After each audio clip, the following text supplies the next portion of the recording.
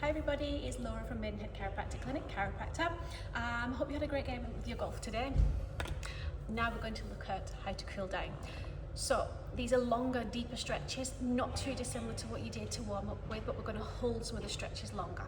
So the first one, if we're starting at our head and working our way down again, is a neck stretch. This one, we're going to change it up.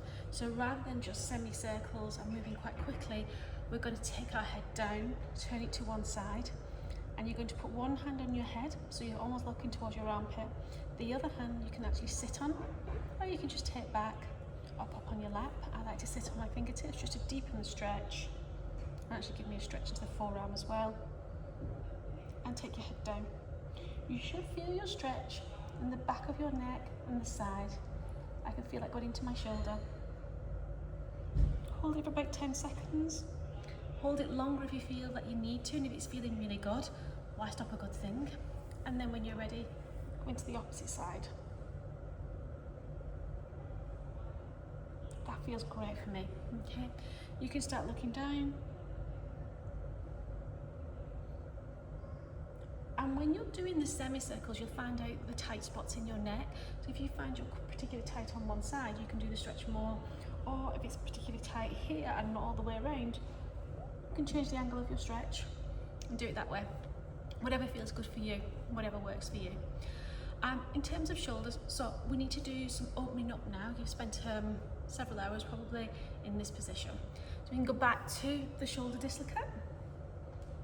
There is another stretch that we can do against a door frame, so I need to take you with me for this one. Alrighty, for the door frame, what you need to do, or against the wall, you put your forearm against a wall, and you're going to step through with one leg and just hold it. And what you're going to find is a nice stretch into this muscle here. Now you can change the angle of the stretch by changing the position of your arm. So higher up, and you can take your arm lower down.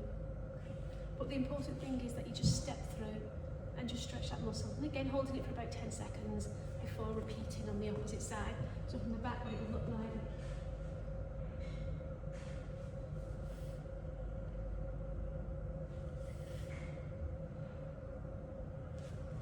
remember, you're stepping through, you're not pushing against the wall for that one. Okay? So now we're going to look for legs and hips. I am going to put you back into the original position. I'll join you back in a moment. Okay, so now we're going to look at our legs. Okay, so you've been in this position quite a lot. Your hips are going to get quite tight. So we're going to look at first at stretching out the hip flexor muscles. This is just going into a nice deep lunge. You're able to do this, and then bending your front leg and dropping down as much as you can. If you want to make the stretch deeper, you can pop your arms up into the air. If this is a problem for you, you're not able to get into that position, you can do this kneeling. You can put a towel underneath your knee and then just change legs. If you're not able to do that, what you can just do is pop your leg onto a chair. So imagine I've got a chair behind me and I'm going to put my leg onto the seat of the chair.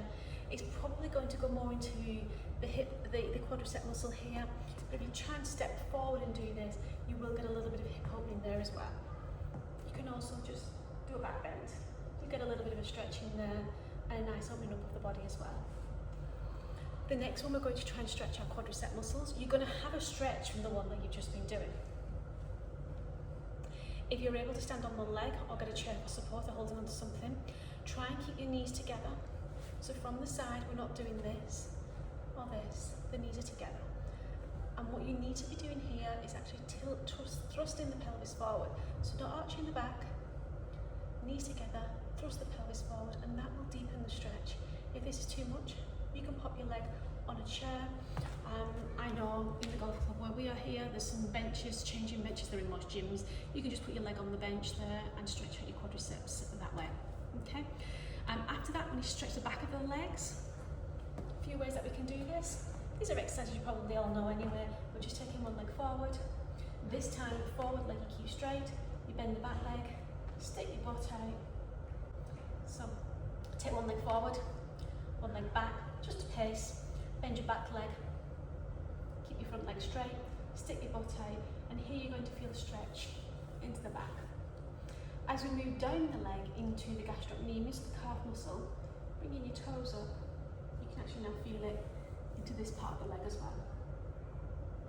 Foot down, you're more into the hamstring. Foot up, you're now getting into the gastro. And then deepen that, you've got a good range of movement. You can touch your toes.